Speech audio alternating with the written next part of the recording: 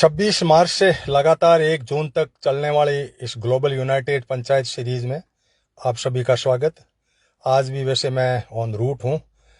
साथियों, आज हम 2 बिल के बारे में डिस्कशन करेंगे और 2 बिलों की खूबी यह है कि दोनों के दोनों बिल अडानी जी के लिए समर्पित है, पूरे के पूरे। हम इस बात का विश्लेषण किया करते हैं ज़्यादातर कि जनहित में है, जनता के कितना काम का है, इसमें भी कुछ जनता के हित है उनकी भी बात करेंगे, और कॉरपोरेट के कितने हित में है, व्यापारी वर्ग के लिए, इंडस्ट्री वर्ग के लिए कितने हित में है, और पार्टी के खुद के अपने हित में कितने हैं। ये बातें हम विशेष रूप से कहते हैं और आपके बीच में सवाल छोड़ते हैं, उसका आप कमेंट बॉक्स में अपना वितरण करते हैं। और ग्लोबल यूनाइटेड पंचायत के यूट्यूब चैनल को सब्सक्राइब यदि आप करेंगे तो पिछले जब 26 तारीख से लगातार जो भी वीडियो उस पर अपलोड हुए हैं आपको मिल जाएंगे।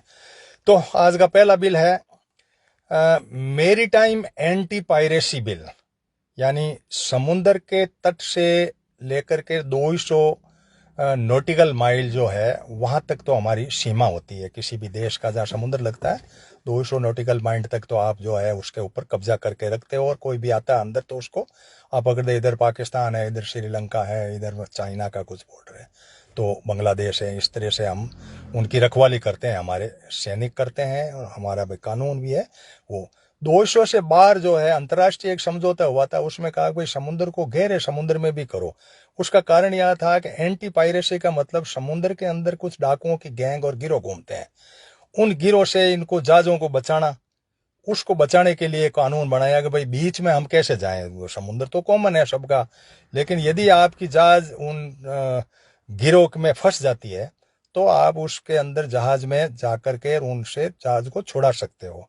एंटी पायरेसी यानी आपका जो पायरेसी जो है उसमें हमला होता है इस जहाज़ों पे, तो उसके अंदर इनको करने का जो है वो प्रावधान है। अब आप ये बिल जो बना है ये है कि समुद्र 7,500 किलोमीटर अपना समुद्र है, पूरा का पूरा समुद्र का तट है जो अडानी जी के पास है, क्योंकि 12 बंदरगाह हैं टोटल के टोटल इनके पास में है। एक इनका मुंद्रा जो है गुजरात का, वो भी इनके पास में है।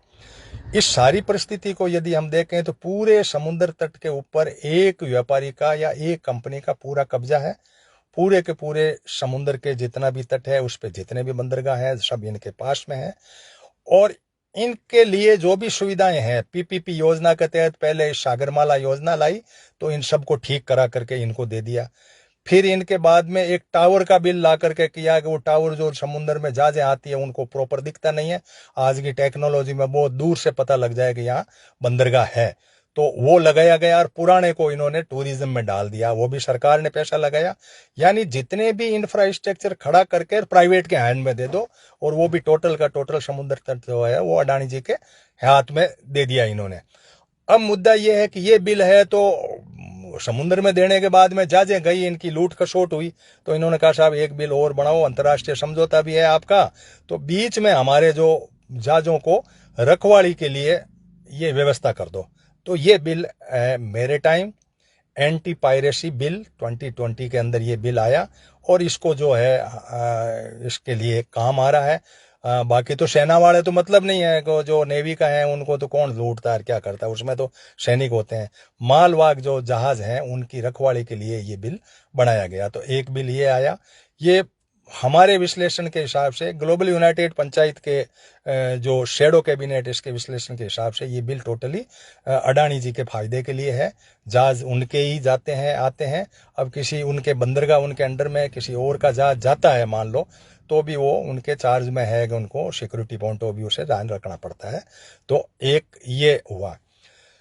दूसरा बिल भी एक अहम बिल है जो भी इनके लिए ही मानता हूं मैं, तो भावनगर के पास में रिसाइकिल का जो है शिप, रिसाइकिल शिप के मायने ये है कि जहाज जो है 30-35 साल के लिए डिजाइन किए जाते हैं, 35 साल के बाद में इस जहाज को तोड़ करके इसमें से जो भी लोहा स्टील लकड़ी जो भी निकलता है उसको नीलाम करके बेच दिया जाता है। तो तोड़ने के ब्रेक करने के लिए जहाज के लिए यहाँ एक व्यवस्था की गई है, और उस व्यवस्था के अंदर इन्होंने जो है ये रिसाइकल बिल के नाम से एक बिल बनाया। और रिसाइकल में इनका भावनगर के पास में, वैसे दुनिया के करीब 53,000 जहाजें हैं, जो 53,000 में से करीब 3,000 जहाज सालाना आती रहती है, जिसमें से 1/3 जहाज दुनिया की जो है वो यहाँ 1000 जहाज इस भावनगर अकेले में आती है।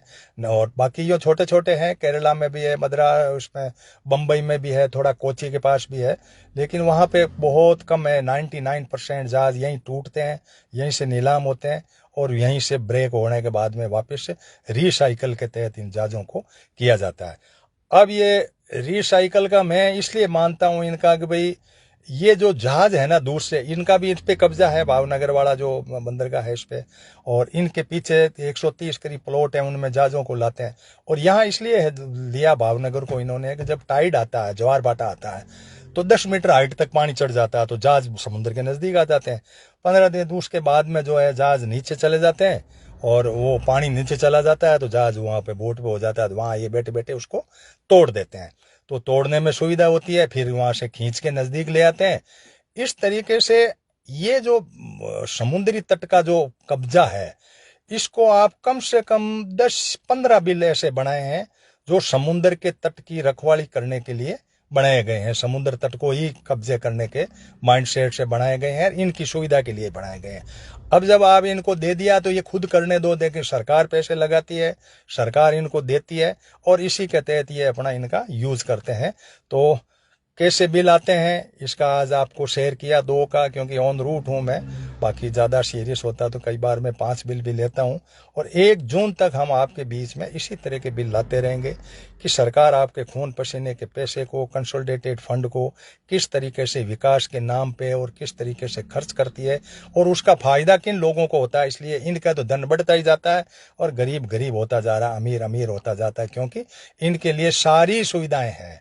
एंटी पायरेसी, जहाज लूटे नहीं, इसके लिए कानून बना दिया और सेना छोड़ दी कि आप इनको लूटने नहीं दे, ऐसा स्कोड बना दिया। जहाज खराब हो जाए उनके लिए, इनको रिसाइकल के लिए वो कर दिया। तो ये सारी बातें कुछ ऐसी है जिसको आम नागरिक को पता होना चाहिए कि हमारे पैसे का विकास का मायना क्या। एग्रीकल्चर सेक्टर यहाँ कहीं नहीं, पूरे समुद्र तट को सागरमाला के तहत पूरा अपडेट करके इनको दे दिया। सिर्फ नेवी के 5 बंदरगाह हैं जिनमें कुछ इनको स्ट्रक्चर दे रखे हैं, बाकी का कोई लेना देना नहीं है। फिर मिलेंगे कल 11:22 पर, चाहे कितना ही संकट आए। हम कोशिश करते हैं, विशिष्ट परिस्थितियां हो तो नहीं आ पा रहा हूं, लेकिन हम आपके बीच में 1-2 बिल कहीं न कहीं लाते हैं, क्योंकि मैंने 10 साल तक लगातार संसद को सुनी, उनके नोट्स बनाए और आपके बीच में लाया कि कैसे सरकारें कर रही है, विशेष तौर से ये सरकार किस तरह से कॉरपोरेट की सहायता करती है, इसका हमने विश्लेषण किया। धन्यवाद। जय हिंद, जय भारत। इसको शेयर कर दीजिए। ग्लोबल यूनाइटेड पंचायत का जो चैनल है उसको आप सब्सक्राइब कर लीजिए। मेरे जो फेसबुक पेज है इसको आप हनुमान राम चौधरी के नाम से उसको आगे शेयर कर दें। धन्यवाद। जय हिंद।